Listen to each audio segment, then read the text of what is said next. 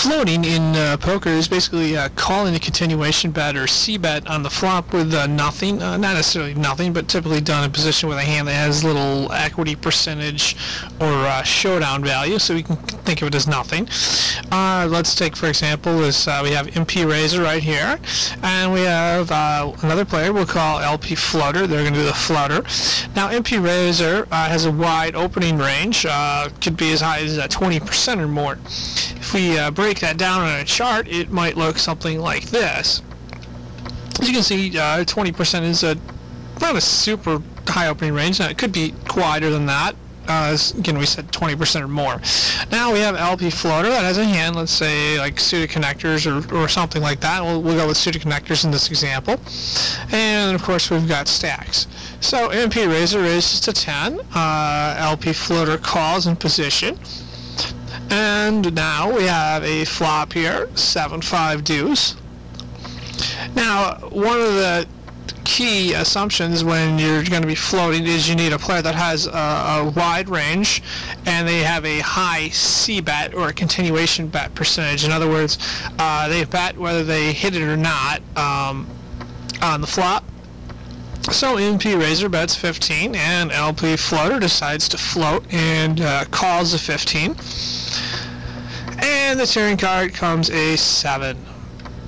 Now, the intention of floating is to take away the pot with a bluff on the turn.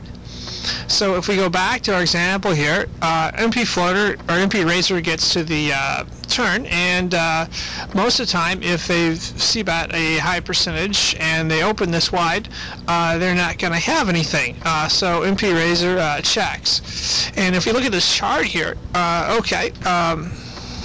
There's a 20% opening range, and let's look at this board below, and you'll notice hands that might call here, and then blue, and there's not a lot of hands that might call.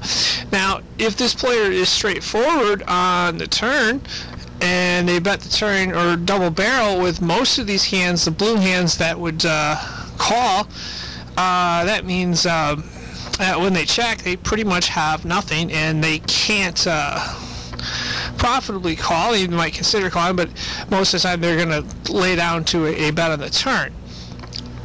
So LP Floater bets 25 there, and one of the assumptions is that both players still have relatively deep stacks. If we look at this picture right here, okay, they got fairly deep stacks behind. So relatively deep stacks. The turn bet is leveraged due to the chips left over that maybe bet on the river. So it's not just that turn bet here of 25, there's a river bet which may or may not happen, and the river bet could be a wide range, but it puts pressure on MP Razor to decide whether or not they want to call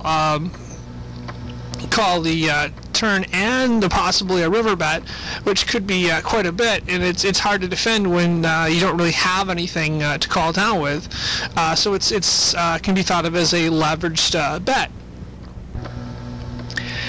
And this can be effective against players with a high c-bet or continuation bet percentage that do not like to double barrel. So in other words, after the turn, they are straightforward.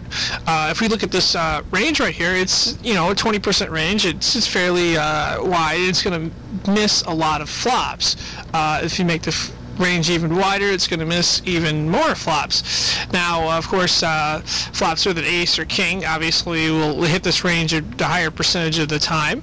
But when we get drier boards that don't have the high cards and stuff for the action cards, this particular style of play or player is not going to have anything to call down with most of the time, and that's also assuming that they actually don't put you on having absolutely nothing and are willing to call you down with ace high or king high or something like this. Now, one type of player this strategy won't work very well on is a maniac, because a maniac's going to keep firing all the way down, and they're going to charge you for playing a hand with little equity in the hand. It also might not work very well against a tighter range, because they're going to have something most of the time, so you're not really floating, you're just lighting chips on fire or lighting money on fire. So when it's used correctly, floating can be a very effective strategy. However, there is a lot of different variables that you have to consider and take into account. How a player plays is part of it, and the other part of it is, what is their perception of you. If they don't think much of your play or holdings, they might call you down with the ace or king high, which makes the strategy a little bit less effective. But if they don't, and they fit the description we've covered above, it can be effective if your scouting report is correct in those situations. And that pretty much wraps up our brief overview of floating. Hopefully this was helpful to you. Thank you for watching.